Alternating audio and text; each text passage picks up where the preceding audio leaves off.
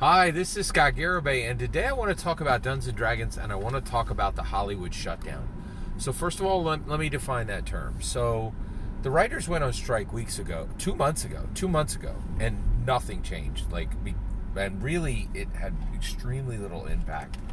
But then, SAG-AFTRA, Screen Actors Guild, went on strike, which means America's celebrities, America's stars, America's actors went on strike, and it got real fat, it got real fast, right? Like, it wasn't like I was shocked how little the writers' strike moved. It did not seem to move the needle at all. Like, people were just like, okay, you know, but that immediately stopped when the actors went on strike. That was very real, right?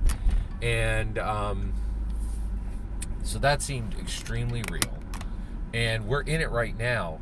And I'm really thinking about, it's really made me think about Dungeons and Dragons. And the reason why is, so here's my thoughts. This is my thoughts on the topic. And let me summarize the point I'm leading to, because I try to get there early with you guys. All right. I think that this is a true crisis. I don't think people understand how important this is, or how absolutely devastating this is going to be to the American public. I think, and I think the Great Pandemic, it really, clearly, man, it flipped the world upside down. And I think the reality is, one of the things that we, think about this, right? Think about essential workers. So, like, who would people have put on that list even 5-10 years ago, right? I think police would have been first on that list. The public has a completely different relationship with American police in 2023 than they did in 2003, right? Like, just complete change of how the public views police officers. And I'm not even sure people would put police officers on an essential workers list now, right? Like, they're like, because I think we've reached a point in America where many Americans are like, oh, if there's a problem, I'm very much not sure if I want to call the police, right? Like, we have definitely reached a point in America where people are a lot more concerned that something will go wrong if they call the police than anything can get fixed if they call the police, right? Now, I don't think I'm incredibly fortunate. Where I live, the police are incredibly helpful and incredibly responsive, but I'm not sure that most Americans feel that way, right? It's really, really changed, right? And then, like, nurses and truck drivers were immediately put on the essential workers list. But what I'm telling you is, I think storyteller is absolutely an essential work that would go on the essential workers list, not because anybody would put it there, but I think when we see what happens to this nation when we don't have stories, I think it's going to be very, very bad and much worse than anybody expected. That's my take, okay? Just my opinion. I hope I'm wrong. I don't think I'm going to be wrong. I think this is going to be really devastating to Americans, right? So we're going into a period where there will be no new stories. It will be a narrative midnight, right? There will be no light, right? It will be narrative midnight with a new moon. Like, just no light, no narrative, no stories, no joy. It is going to get very bad very quickly, in my humble opinion. Now, at that point, I think, this is huge. This logically should be a huge opportunity for dungeon masters to step in and help America during this time where they don't have stories, to quite literally supply storytelling and aid Americans in this, in this famine, in this narrative famine, right? That is about to descend. Actually, not about to descend, is fully here, right? Like, we are already feeling it, right? So this weekend, Barbenheimer is huge, man. People are legit excited about two of the biggest movies in history, right? Barbie and Oppenheimer. This and like, it's been called. I've never seen this before. I've never seen in my entire. I've been on this planet for 53 years. Thank goodness. Thank the Lord for every year I've been blessed with. We are looking at. I've never seen somebody go, oh, this weekend is this movie and this movie together, and there's a cute name for it. Like, there's a, there's a name for it, right? Like that, I've never seen that before. It is truly unprecedented, right? So we are hurtling toward Barbenheimer, right? And that's going to be huge, right? But right now, I should be getting interviews from Nolan. I should be getting interviews from Margot Robbie. I should be getting interviews from, Matt Damon. Nothing. Like some stale junk that was, cut 3 weeks ago. I'm not going to waste my time on any of that, right? So already we're in the narrative night. We're in the narrative midnight. No stories, right? A silence, Hollywood silence, Hollywood shutdown. This is unprecedented. So, Dungeons and Dragons to the rescue, right? Every single Dungeon Master out here, we should be able to deliver stories for Americans, but we can't, as currently constructed, right? And I think, and I will tell you, I think 2023 has been a massive year for harsh realities, right? Like, we have these opinions, we have these ideas. What is the reality? What is actually going to happen, right? And I think what we've realized this year for Dungeons and Dragons, absolutely brutal blow. Dungeons and Dragons, Honor Among Thieves, tremendous movie. That movie could not have been more perfect. It was phenomenal. Everyone who went to see it, who didn't have a virtual Daggers Out grudge against Dungeons and Dragons, and even most of the people who had grudges against them, everybody who saw that movie raved about it, right? You have to search to find anybody who gave that a bad review. It was fantastic. The movie was fantastic, right? But it failed at the box office. And so then we had to ask why, right? And when we asked that, I think what we realize is Dungeons and Dragons is outrageously slow, right? We're like, so what is the expectation when we invite? This is why we're here, right? Why is Dungeons and Dragons stuck against the wall? 15 million fans in the world. That's how much. We know the number. It's got 15 million fans in the world. Period. End of sentence. Right?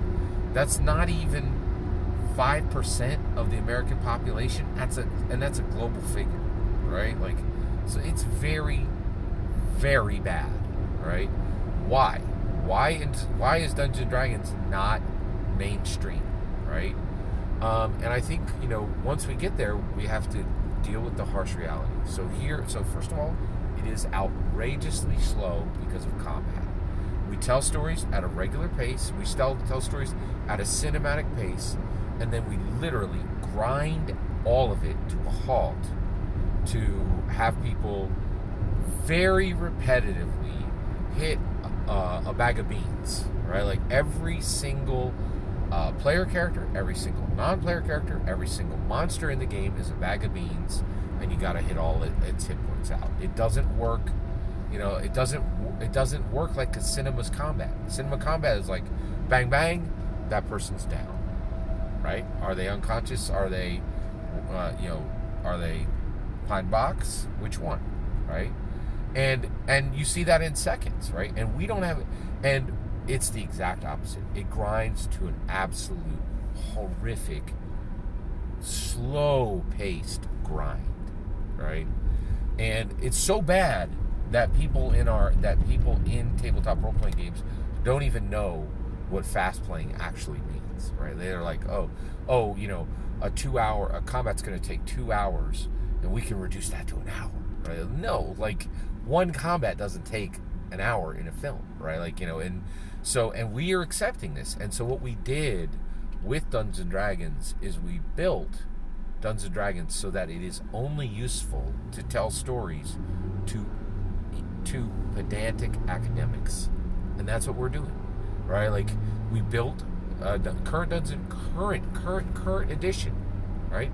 Current edition of Dungeons and Dragons has 8,000 pages of canon, which means that Dungeons and Dragons is only accessible, only exciting, only usable by pedantic academics, and that's why we have 15 million fans in the world, because that's how many pedantic academics there are who want to battle a dragon and delve into a dungeon. Period. End of sentence. We don't even have every pedantic academic, right? And so, okay, so this is the point of this video, right? We are looking at the absolute biggest opportunity dungeon masters have ever had to spread Dungeons and Dragons. But I think we actually have to make a massive change, right? If we're going, like, people well beyond the pedantic academic community are going to want stories. They're going to desperately want stories. They're going to be starving for narrative. They're going to be starving for stories because we are in a narrative midnight, right? And so what are we willing to do, right? So one, we have been provisioned to do this, right? It can, the echoing words of page 4 Dungeon Master Guide. The rules aren't in charge. You are in charge. It's been in every edition of Dungeons & Dragons, and it's right there on page 4 of the DMG right now. You only have to reach page 4 to see it. And it says, the rules aren't in charge. You're in charge.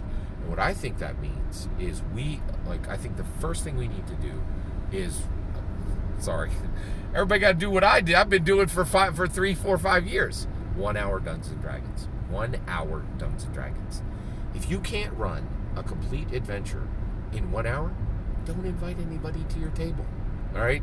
Because they're in a narrative midnight, but they will never accept what we currently have. And what we have built in Dungeons & Dragons right now is something that is only usable, only exciting to, only accessible by pedantic academics. And make no mistake, I am a pedantic academic. I'm not excusing myself from that, right? I'm absolutely a pedantic. I have 2 degrees. I have a master's degree. Come on.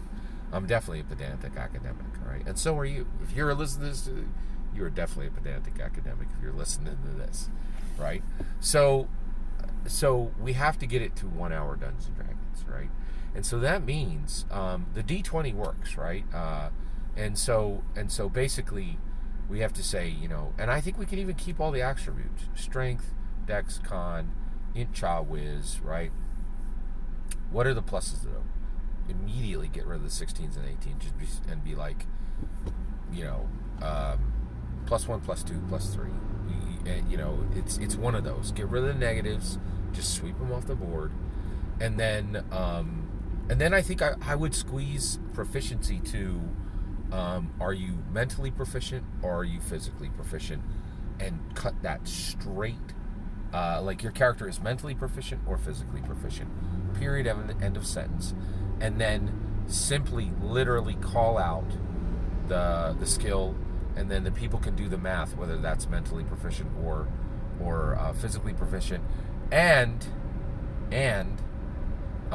proficiency should be half your level. Period. Super simple. Super fast. And then every single class has 3 super cool, super unique abilities that they can do.